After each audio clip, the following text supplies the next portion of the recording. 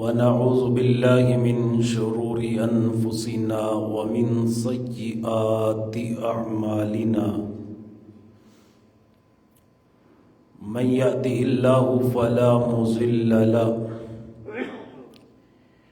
ومن يضلل فلا هادي له أشهد أن لا إله إلا الله وحده لا شريك له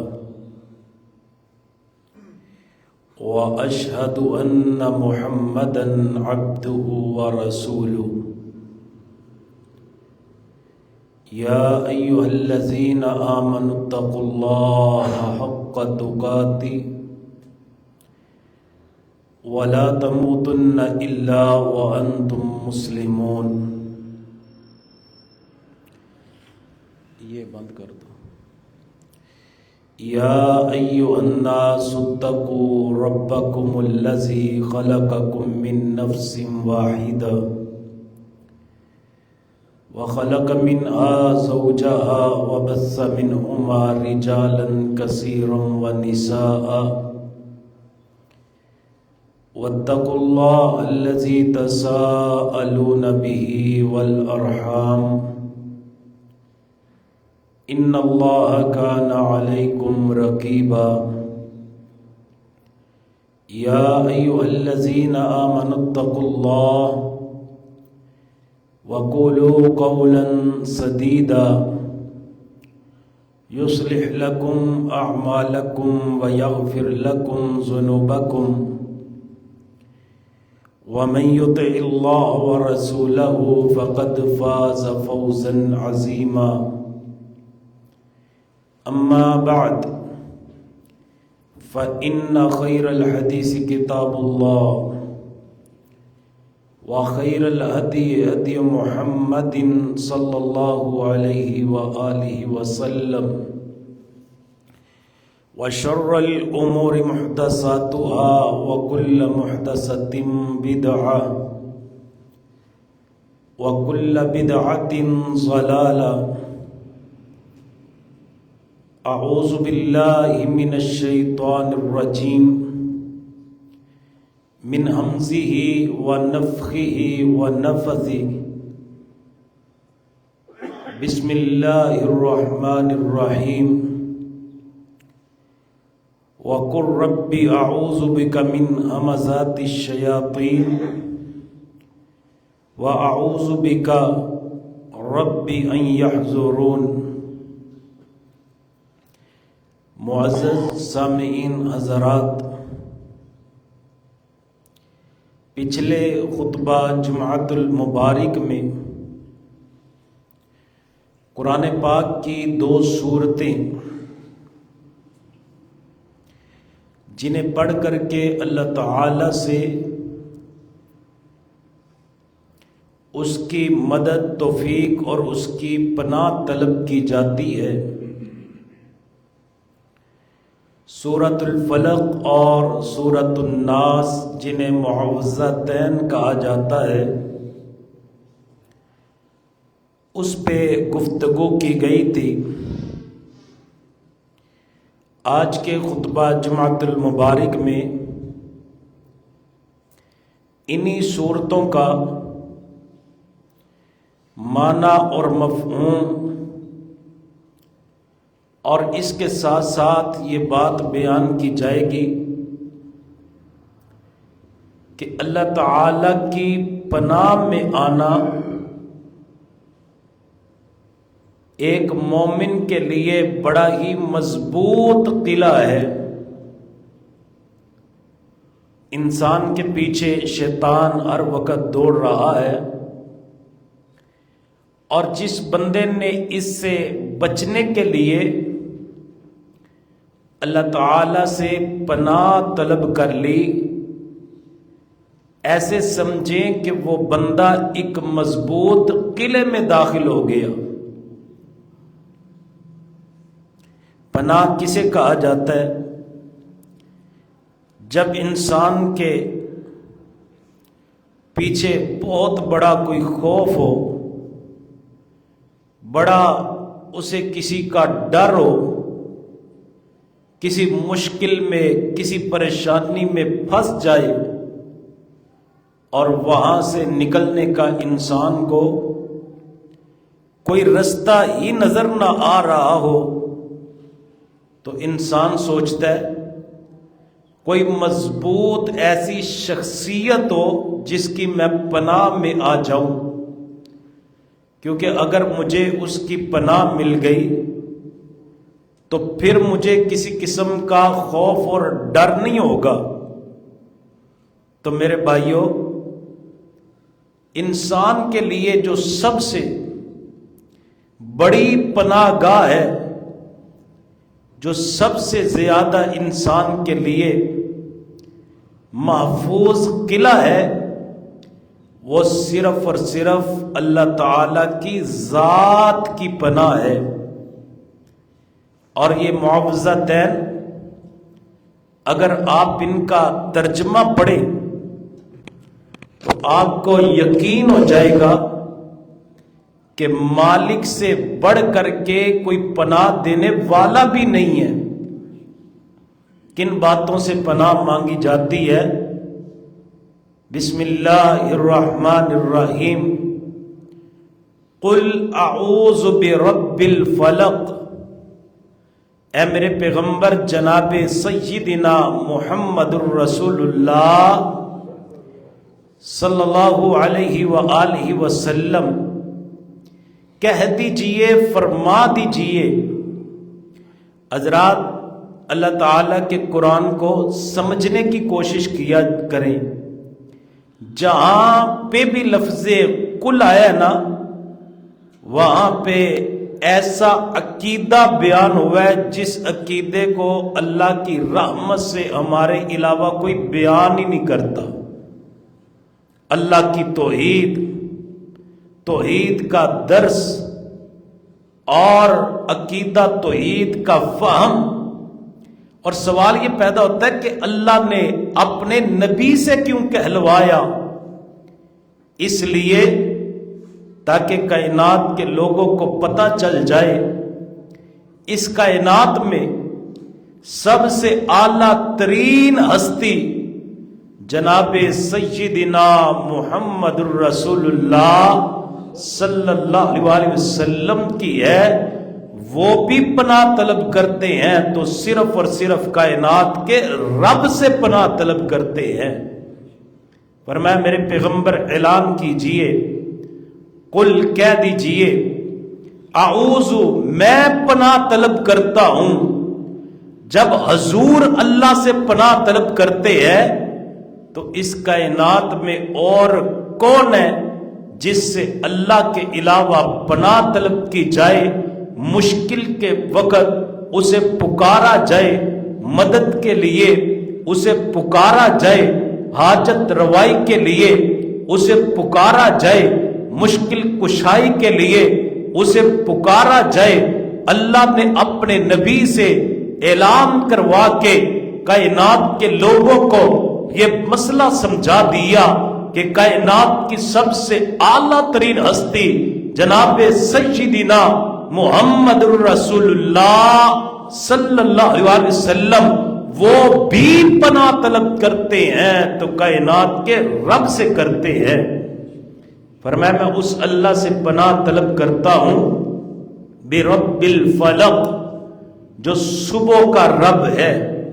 صبح کی بات کیوں کی گئی؟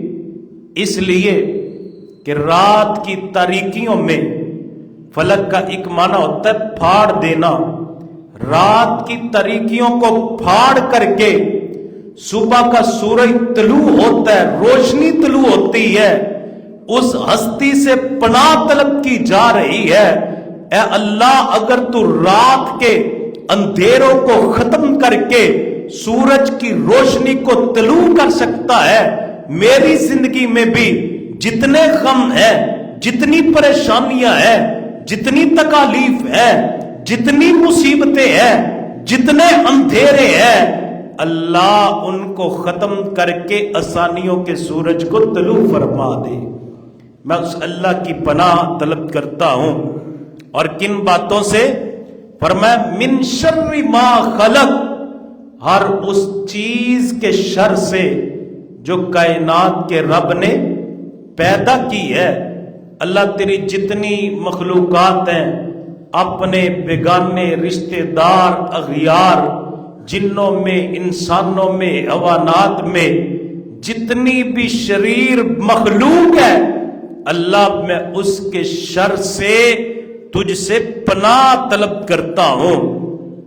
اور فرمایا من شر ما خلق ومن شر غاسق اذا وقب، اے اللہ رات کی تاریکیاں، جب رات چھا جاتی ہے، رات میں پتہ نہیں کتنے کتنے فتنے ہوتے ہیں، اسی لیے تو نبی علیہ السلام نے فرمایا جب مغرب ہو جائے، مغرب کے بعد شام کا اندھیرا چھا جائے، اپنے بچوں کو گھروں سے باہر نہ نکلنے دو، وہ گلیوں میں شیاطین کے گھومنے پھرنے کا وقت ہوتا ہے، اس وقت بچوں کو باہر نہ نکلنے دو، اپنے بچوں کو گھر میں محفوظ رکھو۔ ساتھ ساتھ نبی علیہ السلام نے تعلیم دی اور قرآن نے اعلان کیا، اے اللہ میں اس وقت سے پناہ طلب کرتا ہوں جب رات چھا جاتی ہے، ہر طرف اندھیرا ہو جاتا ہے، رات کی تاریکیوں میں یہ چور، یہ ڈاکو، یہ موذی جانور،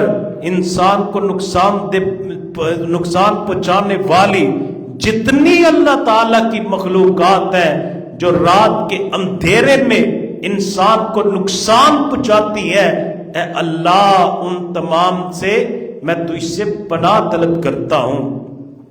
اور فرمایا وَمِن شَرِّ النَّفَّاثَاتِ فِي الْعُقَدِ، ایسے لوگ جنوں میں ہوں یا انسانوں میں جو پڑھ پڑھ کے پھونکتے ہیں، وار کرتے ہیں، اے اللہ میں تجھ سے پناہ طلب کرتا ہوں کسی بھی جادوگر کا جادو، کسی بھی حسد کرنے والے کا حسد، کسی بھی شریر کی شرارت، کسی بھی وار کرنے والے کا وار مجھ پہ اثر نہ کر سکے۔ وَمِن شَرِّ حَاسِدٍ اِذَا حَسَد، اے اللہ میں حسد کرنے والوں کے حسد سے تیری پناہ میں آتا ہوں۔ اکثر لوگوں کو حسد کی نظر لگ جایا کرتی ہے، اور ایک بات یاد رکھیں، ہر بندے میں حسد موجود ہوتا ہے، لیکن کئی ایسے لوگ ہوتے ہیں جو اللہ تعالیٰ سے پناہ طلب کرتے ہیں، ان کے شر سے اللہ تعالیٰ دوسروں کو محفوظ کر لیتا ہے۔ حسد کسے کہتے ہیں؟ کسی نے دیکھا کہ کسی کے پاس کوئی نعمت ہے، انسان فوراً جل گیا، اسے یہ نعمت کیوں ملی؟ یہ اسے ملنی نہیں چاہیے تھی۔ میرے بھائیوں، اسے حسد کہا جاتا ہے۔ کبھی بھی کسی بھائی پہ حسد مت کیجئے، کیونکہ نبی علیہ السلام نے فرمایا ان الحسد یأکل الحسنات کما تأکل النار الحطب، جیسے آگ سوکھی لکڑی کو کھا جایا کرتی ہے، اسی طرح حسد کرنے والے کا حسد دوسرے کو تو نقصان نہیں پہنچاتا، اس کی اپنی نیکیاں برباد کر کے رکھ دیتا ہے۔ حاسد بندہ اپنے پہ ظلم کرتا ہے، اپنی نیکیوں کو برباد کرتا ہے۔ ہاں، دو بندوں پہ حسد نہیں بلکہ رشک کرنا جائز ہے۔ کون سے دو بندے؟ ایک جسے اللہ تعالی نے قرآن پاک پڑھنے کی صلاحیت دے رکھی ہے، اس پہ بندہ رشک کر سکتا ہے۔ اللہ تو نے اسے پڑھنے کی توفیق دی ہے، مجھے بھی توفیق دے کہ میں بھی تیرے قرآن کی ایسے ہی تلاوتیں کروں۔ اور دوسرا بندہ اللہ کے راستے میں خرچ کرنے والا، اللہ کے راستے میں مال کو لگانے والا، لٹانے والا، ایسے بندے پہ بھی رشک کیا جا سکتا ہے۔ اللہ جیسے تو نے اسے توفیق عطا کی ہے، اے اللہ مجھے بھی توفیق عطا کر دے۔ اس کے علاوہ میرے بھائیوں، کبھی بھی کسی پہ حسد نہیں کرنا۔ حاسد بندہ کیا کہتا ہے؟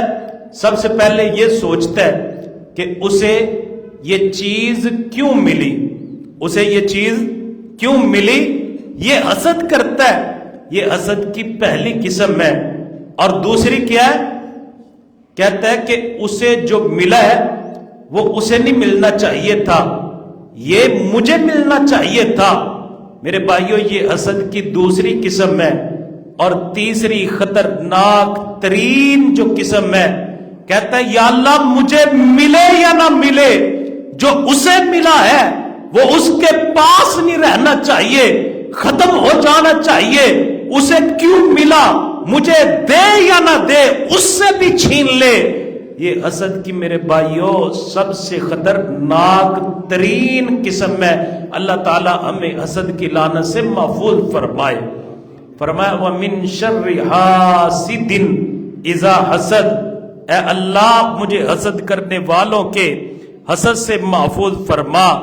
اور دوسری صورت میں قُلْ أَعُوذُ بِرَبِّ النَّاسِ، اے اللہ میں تجھ سے پناہ طلب کرتا ہوں برب الناس، کس اللہ سے؟ جو لوگوں کا رب ہے، ساری کائنات کے لوگوں کا رب ہے۔ الہ الناس، اللہ تو لوگوں کا الہ اور مشکل کشا ہے۔ قُلْ أَعُوذُ بِرَبِّ النَّاسِ مالک الناس، اللہ تو لوگوں کا بادشاہ ہے۔ الہ الناس، تو لوگوں کا الہ ہے۔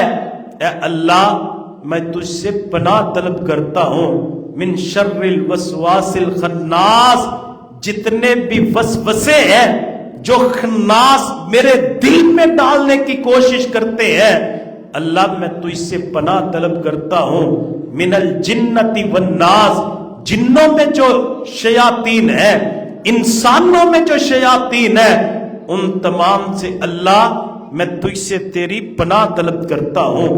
نبی علیہ السلام کو کائنات کے رب نے حکم ارشاد فرمایا، اے میرے پیغمبر جناب سیدنا محمد الرسول اللہ صلی اللہ علیہ وآلہ وسلم، قل کہہ دیجئے ربی اعوذ بک من ہمزات الشیاطین، اے اللہ میں تجھ سے پناہ طلب کرتا ہوں۔ سب سے پہلے لفظ رب آیا۔ میرے بھائیوں ایک بات یاد رکھیں، یہ جو پناہ طلب کرنا ہے نا، اس کا تعلق عقیدہ توحید کے ساتھ ہے۔ سب سے پہلے پناہ طلب کرنے سے پہلے انسان کا یہ عقیدہ ہونا چاہیے، اللہ کے علاوہ کوئی بھی مجھے پناہ نہیں دے سکتا، اللہ کے علاوہ کسی میں ایسی طاقت نہیں ہے جو مشکلات میں میری مشکل کشائی کر دے، جو ضروریات میں حاجات میں میری حاجت روائی کر دے، جو مدد مانگتے وقت میرا مددگار ثابت ہو جائے، وہ صرف ایک ہی ہے، اور وہ کون ہے؟ کائنات کا رب ہے۔ لفظ رب، اور میرے بھائیوں لفظ رب کسے کہا جاتا ہے؟ رب کا معنی سمجھیے، تین معانی ہے۔ سب سے پہلا معنی یہ ہے کہ جب لفظ رب کہا تو انسان نے تسلیم کر لیا اللہ ساری کائنات کا خالق صرف اور صرف تو ہی ہے، تیرے علاوہ کوئی خالق نہیں۔ انسان بنانا تو دور کی بات ہے، ساری دنیا کا نظام چلانا تو دور کی بات ہے۔ اللہ میرا یہ عقیدہ ہے تیرے علاوہ کوئی بندہ، انسان تو انسان رہ گیا، بیٹے دینا تو دور رہ گیا، مشکلیں حل کرنا تو دور رہ گیا، مشکل وقت کام آنا تو دور رہ گیا، مصیبت سے نجات دلانا تو دور رہ گیا۔ اللہ میرا یہ عقیدہ ہے کہ تیرے علاوہ کوئی ایک مکھی تو کیا مکھی کے پر کو بھی نہیں پیدا کر سکتا۔ اللہ یہ میرا عقیدہ ہے، تم میرا رب ہے، تم میرا پروردگار ہے۔ رب مانا تو اللہ تعالیٰ کو خالق مانا، اور خالق کے ساتھ ساتھ دوسرا مانا اللہ جیسے تو میرا خالق ہے اسی طرح میرا مالک بھی صرف اور صرف تو ہی ہے۔ اللہ تو میرا خالق بھی ہے۔ اللہ تعالیٰ نے یہ کائنات کو پیدا کر کے ایسے تو نہیں چھوڑ دیا، بلکہ اس کی حکومت، اس کا مالک صرف اور صرف ایک الہ ہے، وہ رب العالمین ہے۔ اور مالک کے بھی میرے بھائیوں دو معانی ہیں، ایک تو اللہ نے ہر چیز کو پیدا کیا، ہر چیز کو بنایا، اس پہ حکومت کائنات کے رب کی، اور دوسرا اس اللہ تعالیٰ نے انسان کے لیے شریعت کو نازل کیا،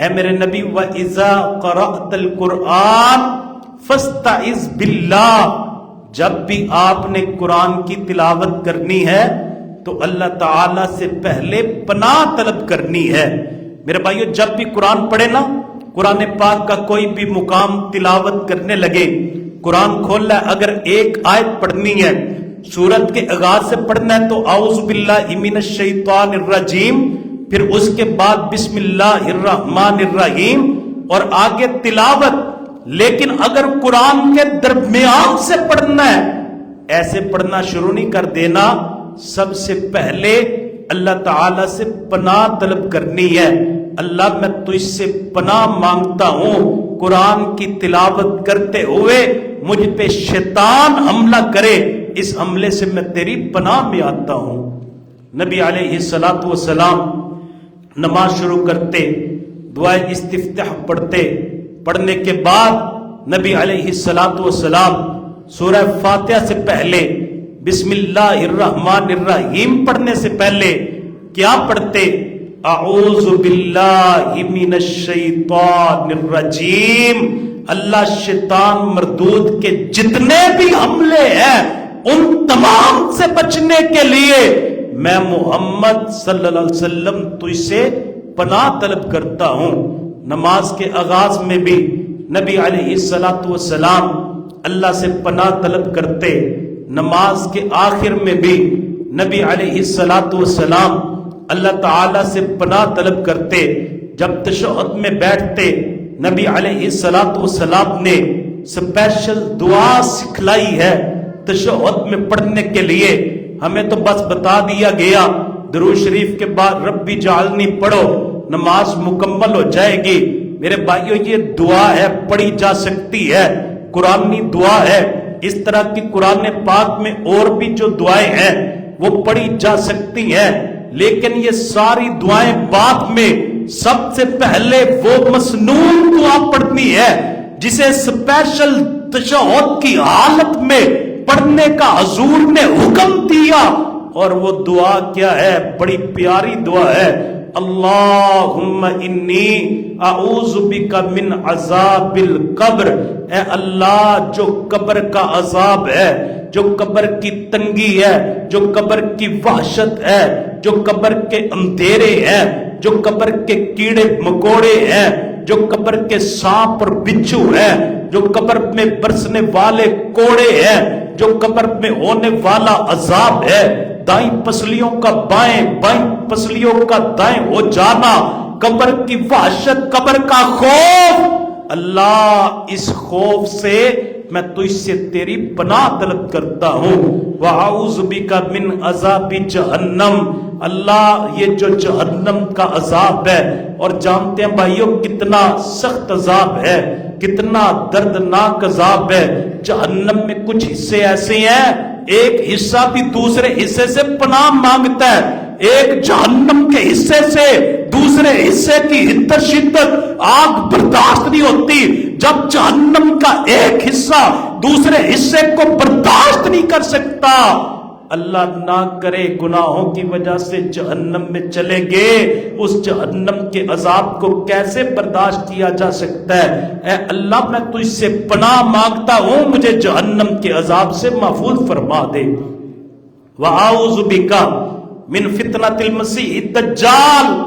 اللہ، میں دجال کے فتنے سے، حضور نے فرمایا کوئی نبی ایسا نہیں گزرا جس نے اپنی امت کو دجال کے فتنے سے نہ ڈرایا ہو، اور حضور نے فرمایا ما من فتنتی اعظم من فتنتی الدجال، دجال سے بڑا فتنہ اس دنیا میں اور کوئی فتنہ ہی نہیں ہے۔ فرمایا اے اللہ، اس فتنے سے بچنے کے لیے میں تجھ سے پناہ طلب کرتا ہوں۔ وَأَعُوذُ بِكَ مِنْ فِتْنَةِ الْمَحْيَا وَالْمَمَاتِ۔ اللہ، میں زندگی کے جتنے فتنے ہیں، موت کے جتنے فتنے ہیں، ان تمام فتنوں سے تجھ سے پناہ طلب کرتا ہوں۔ میرے بھائیوں، موت کے فتنے، موت کا وقت انتہائی نازک وقت ہوتا ہے۔ اس وقت شیطان کی یہ خواہش ہوتی ہے یہ بندہ کہیں عقیدہ توحید پہ نہ مر جائے، یہ بندہ کہیں عقیدہ ختم نبوت پہ نہ مر جائے، یہ بندہ اللہ تعالیٰ کی توحید جیسی سچائی پہ نہ مر جائے، وہ دل میں مختلف وسوسے ڈالتا ہے۔ اور امام ابن قیم رحمہ اللہ فرماتے ہیں کہ یہ بھی ہو سکتا ہے وہ کہے کہ تو اس وقت تکلیف میں ہے، اسلام کو چھوڑ دے، دین کو چھوڑ دے، تجھے شفا مل جائے گی۔ یہ بندہ ہمارے سامنے تو تڑپ رہا ہوتا ہے لیکن اندر اس کے پتہ نہیں کیا چل رہا ہوتا ہے، اندر کی کیفیت پتہ نہیں کیا ہوتی ہے۔ اسی لیے تو حضور نے فرمایا انما الاعمال بالخواتیم، اعمال کا دار و مدار زندگی میں جو بندہ عمل کرتا ہے ان پہ نہیں ہے، بلکہ اعمال کا دار و مدار انسان کے خاتمے پہ ہے۔ اگر بندے کا خاتمہ ٹھیک ہوا بندہ جنت میں جائے گا، اگر ساری زندگی نیک اعمال کرتا رہا اور بندے کا اخیر ماڑا ہو گیا، اخیر جو اس کا وہ گندا ہو گیا، شرک پہ ہو گیا، اس بندے کے اعمال کام نہیں آئیں گے بلکہ جہنم میں جائے گا۔ ضلع اکاڑا میں نا ایک آدمی تھا، وہ بڑا رویا کرتا تھا اور اس سے رونے کی وجہ پوچھی جاتی، اللہ کے بندے تو کیوں اتنا روتا ہے؟ وہ کہتا بس دعا کرے اللہ خاتمہ ایمان پہ کر دے۔ اسے کہا دعا تو کرتے ہیں لیکن تو بتا تیرے رونے کی وجہ کیا ہے؟ کہنے لگا میں اس لیے روتا ہوں، میرا ایک بھائی تھا وہ بڑی نمازیں پڑھا کرتا تھا، نفلی روزے رکھا کرتا تھا، قرآن کی تلاوت کیا کرتا تھا، صدقہ خیرات کرنے والا، ہر وقت نیکی کا، نیک کاموں کا اس پہ غلبہ رہتا تھا۔ بیمار ہوا، موت کا وقت قریب آیا، ہمیں کہنے لگا ذرا قرآن لے کر کے آؤ۔ ہم نے اس کے ہاتھ میں قرآن پکڑایا، کہنے لگا جاؤ لے جاؤ قرآن، میں اس قرآن کو نہیں مانتا۔ اتنا کہنے کی دیر تھی اس کی روح نکل گئی۔ میں تو اس لیے روتا ہوں کہ ساری زندگی کی نیکیاں برباد ہو گئی، اس کا اخیر گندا ہو گیا، اخیر قرآن کے انکار پہ ہو گیا۔ موت کے وقت شیطان بندے کو عقیدہ توحید کے انکار کا وسوسہ دل میں ڈالتا ہے۔ اور حضور نماز میں دعا کیا کرتے تھے وَأَعُوذُ بِكَ مِن فِتْنَةِ الْمَسِيحِ الدَّجَّالِ وَأَعُوذُ بِكَ مِن فِتْنَةِ الْمَحْيَا وَالْمَمَاتِ۔ اللہ زندگی کے جتنے فتنے ہیں، موت کے جتنے فتنے ہیں، اللہ ان تمام فتنوں سے میں تو اس سے تیری پناہ طلب کرتا ہوں۔ نبی علیہ الصلوۃ والسلام نماز تہجد کے لیے بیدار ہوتے تو اس میں نبی علیہ الصلوۃ والسلام ایک دعا پڑھتے، دعائے استفتاح کے طور پہ نبی علیہ الصلوۃ والسلام پڑھتے اعوذ باللہ من الشیطان الرجیم من ہمزہ ونفخہ ونفثہ۔ اے اللہ میں شیطان مردود کے حملوں سے تو اس سے پناہ طلب کرتا ہوں۔ من ہمزہ، اے اللہ اس کا جو مجھ پہ غالب آ جانا، مجھے بچھاڑ دینا، میں محمد صلی اللہ علیہ وسلم اس سے پناہ طلب کرتا ہوں۔ وَنَفْخِهِ، اے اللہ وہ جو تکبر کا جال بچھاتا ہے اور سب سے بڑی شیطان کی جو خواہش ہوتی ہے نا، وہ بندے میں تکبر پیدا کر دیتا ہے۔ آپ کہتے ہیں جی بڑے بڑے نیک لوگ ہیں، وہ نیکیوں کا تکبر ڈال دیتا ہے۔ کوئی بندہ قرآن کی تلاوت کرنی شروع کر دے، کوئی بندہ 4 دن مسجد میں نماز پڑھنے کے لیے آ جائے، کوئی بندہ 4 دن اٹھ کر کے نماز تہجد پڑھے، اب وہ دوسرے بندے کو بندہ ہی نہیں سمجھتا، کہتا ہے اگر کسی نے نیک دیکھنا تو مجھے دیکھ لو۔ یہ تکبر ہے جو انسان کے دل میں شیطان ڈالتا ہے۔ حضور نے فرمایا اللہ میں اس سے تیری پناہ طلب کرتا ہوں۔ وَنَفْسِهِ، اور شیطان کے یہ شعر جو اشعار ہیں، یہ عشقیہ اشعار، یہ گندے اشعار، یہ گانوں کی صورت میں کتنے لوگ ہیں وہ کہتے ہیں جی گانا نہ سنے تو ہمیں سکون آتا ہی نہیں ہے، گانا نہ سنے۔ نبی علیہ الصلوۃ والسلام نے فرمایا قیامت کا دن ہوگا، سیسا پگھلا کر کے ان لوگوں کے کانوں میں ڈالا جائے گا جو گانے سن سن کے لذت محسوس کرتے ہیں۔ اور اشعار سے مراد یہ بھی ہے، یہ قوالیوں میں ایسے ایسے شرکیہ اشعار، وہ ایک ہوا کرتا تھا قوال مر گیا، کہتا ہے تو ایک گورکھ دھندا ہے، اللہ کے بارے میں نعوذ باللہ ایسے ایسے اشعار، اور اپنے اشعار میں خود کو کہتا ہے میں شرابی شراب جیسے کبیرہ گناہ کا اعتراف کرنے والا. اور میرے بھائیوں پھر حضور کی نعتوں میں شرکیہ الفاظ کی آمیزش، اور پھر اللہ تعالیٰ کی ذات کے بارے میں جو خواجہ نہ دیں گے پھر کون دے گا. اور میرے بھائیوں یہ شرک تو ابو جہل نے بھی نہیں کیا، جو آج کا مسلمان کلمہ پڑھ کے کرتا ہے وہ بھی یہ مانتا تھا دینے والا سارا کچھ اللہ تعالیٰ کی ذات ہے، یہ ہمارے بت یہ اللہ کے ہاں صرف سفارشی ہے. آج کا مسلمان کلمہ پڑھنے کے باوجود اس سے بھی آگے بڑھ گیا. جو خواجہ نہ دیں گے پھر کون دے گا، بھر دو جھولی میری یا محمد، اس طرح کے الفاظ. یا معین الدین چشتی پار لگا دے میری کشتی. میرے بھائیوں یہ ولیوں کی عزت ہے یا توہین ہے؟ تو کہتا ہے کہ یا بہاول حق میرا بیڑا دھک، میں بیڑے میں بیٹھوں گا تو دھکا لگائے گا، یہ عزت ہے یا توہین ہے؟ ان اشعار سے جن میں شرک کی ملاوٹ ہے، وہ اشعار جو کفریہ ہے، وہ اشعار جو شرکیہ ہے، وہ اشعار جو جہنم میں لے جانے والے ہیں. اے اللہ میں محمد صلی اللہ علیہ وسلم ان اشعار سے تجھ سے تیری پناہ طلب کرتا ہوں. نبی علیہ السلام نے فرمایا اگر کوئی بندہ رات کو خواب دیکھے اور خواب میں بندہ ڈر جائے، بعض اوقات بڑا ڈرونا خواب آتا ہے اور اس خواب کے بعد بھی شیطان کا حملہ ہوتا ہے، اور وہ حملہ کیا ہوتا ہے؟ جا فلاں گدی والے کے پاس جا فلاں کبے پہ جا، فلاں مزار پہ جا، غیر اللہ کے نام کی نظر، غیر اللہ کے نام کی نیاز، جا فلاں پیر صاحب کے نام کا دھاگا باندھ لے، فلاں کے نام کا چھلا پہن لے. تجھے ڈر نہیں لگے گا. ایک پہلے ڈر گیا، دوسرا اس نے اسے جہنم کے رستے پہ چلا دیا. حضور صلی اللہ علیہ وسلم نے فرمایا اگر کوئی بندہ خواب میں ڈر جائے، اور یہ تقریباً ہر بندے کے ساتھ معاملہ پیش آتا ہے. پچھلے جمعے بتایا گیا تھا وضو کر کے سوئے، دعائیں پڑھ کے سوئے. جو آیت الکرسی پڑھ کے سوتا ہے اللہ مفت میں اسے باڈی گارڈ دے دیتے ہیں. ایک فرشتہ اس کی حفاظت بھی کرتا ہے. صرف حفاظت نہیں کرتا، جب تک یہ بندہ سویا رہتا ہے یہ فرشتہ اس کے لیے اللہ سے مغفرت کی دعا بھی کرتا ہے. ایسے بندے کو ڈر لگے گا. لیکن فرمایا اگر کوئی بندہ ڈر جائے خواب میں، وہ فوراً اللہ تعالیٰ سے پناہ طلب کرے. کن الفاظ کے ساتھ؟ اعوذ باللہ من الشیطان الرجیم من غضبہ. اے اللہ میں شیطان مردود سے بھی تیری پناہ طلب کرتا ہوں.